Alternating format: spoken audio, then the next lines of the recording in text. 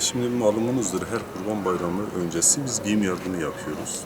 Ramazan aylarında gıda dağıtımımız var, yetim giydirme projemiz var. Kurban Bayramı'nda da kurban eti dağıtımı var ama bayramdan önceki çalışmalarımızda bugün cumartesi ve pazar günü olmak üzere biz 200 tane tespitli ailemizi her saat başı 10'ar tanesini arayarak izdihamın önüne geçebilmek için çağırdık.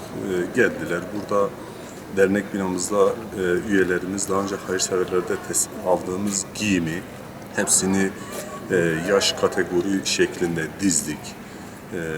Ve bu şekilde çağırdığımız ailelerimiz geldiler. Kendileri seçti bu elbiseleri. Gerçekten büyük bir mutluluk duyduk. Rabbim bu hayırda emeği geçen bütün hayırseverlerden razı olsun.